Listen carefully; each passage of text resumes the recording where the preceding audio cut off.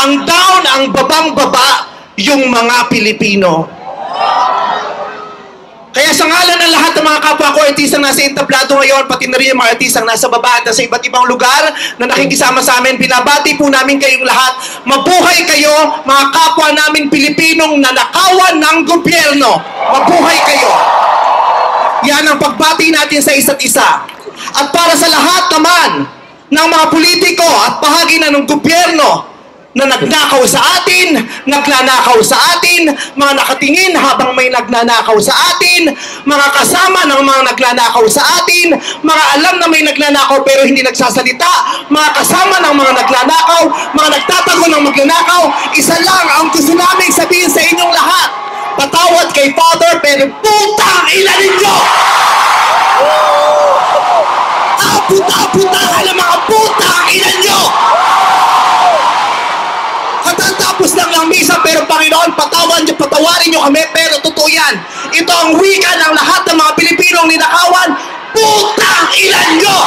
Putang ina nyo! Putang ina nyo! Putang ina nyo!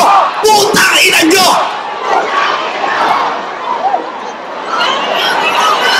Putang ina nyo! Tapos na ang panahon ng mga bababait at ng mga resilient. Ang mga mababait, ginago. Ang mga resilient, tinarantado. Hindi nauubra sa atin yung bait-baitan, kimi-kimian, tahimik-tahimikan, patawad pero hindi po. Hindi ko sisimplihan, hindi ko babaitan ang mensahe ko ngayon dahil hindi naman sila mababait. Sa katunayan, mga hayop sila. So bakit natin babaitan ang mensahe natin? Hindi natin kakalmahan ang mga salita at kilos natin dahil deserve nila ang galit, ang pikon at poot ng mga nanakawang Pilipino. Hindi tayo pwedeng kumalma. Hindi pwedeng iiyak lang. Hindi pwedeng magtitiis lang, hindi tayo kakalma. Hindi ko kayang maging magalang sa kanila dahil mga bastos sila. Mga salaula sila at mga baboy sila. Hindi natin kayang maging mabait sa kanila dahil mga walang ya sila.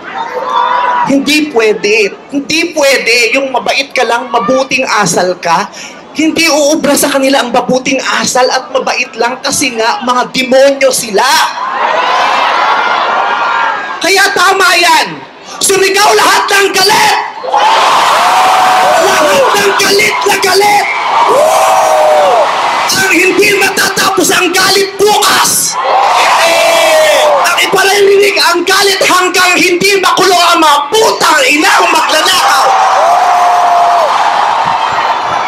Hindi tayong pwede magalit lang ngayon. Kailangan hanggang bukas, kailangan sa susunod na linggo, kailangan sa susunod na buwan, hanggang umabot ng ilang taon hanggat hindi sila nauubos. Walang mawawala sa atin kasi ubos na tayo. Kaya ang gagawin natin ngayon ay babawi na tayo.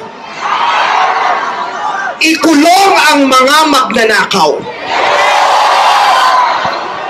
Para sa akin, hindi nga sapat ang kulong. Dapat patayin ang mga korap na magnanakaw. Ibalik ang death penalty para sa mga korap. Para patayin ang mga magnanakaw, ikulong pati pamilya nila.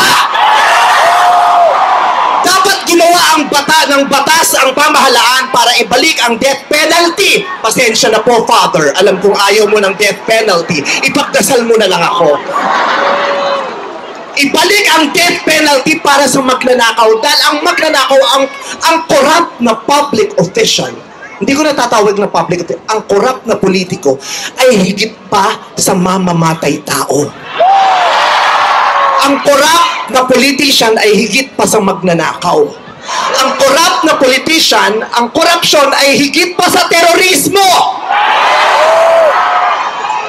Ang mga terorista namimili lamang ng lugar at panahon kung kailan aatake.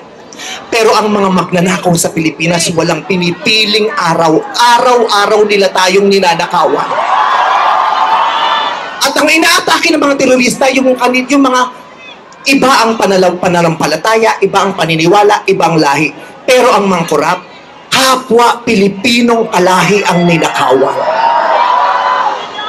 Kaya hindi tayo pwedeng sumuko lang ng ganito. Kaya hinahamon ka namin, Pangulong Bongbong Marcos, kung gusto mong magkaroon ng magandang legasiya, ang pangalan mo, ipakulong mo lahat ng magnanakaw. Nakatingin kami sa iyo, Pangulong Bongbong Marcos. At inaasahan ka namin, hindi dahil sa idol ka namin, kundi dahil sinuswelduhan ka namin at inaasahan namin na tutuparin mo ang inuutos naming mga employer mo. Kami ang nagpapasahod sa inyo. Tapos na ang panahon na natatakot tayo sa gobyerno. Takutin natin ang gobyerno dahil ang kapangyarihan nasa sa atin, wala sa kanila. Nakatingin kami sa inyo. Ipakulong lahat. Lahat ipakulong. Bawiin ang mga ari-arian. Bawiin ang mga ari-arian. Pati atay, i-donate, ibigay ang atay.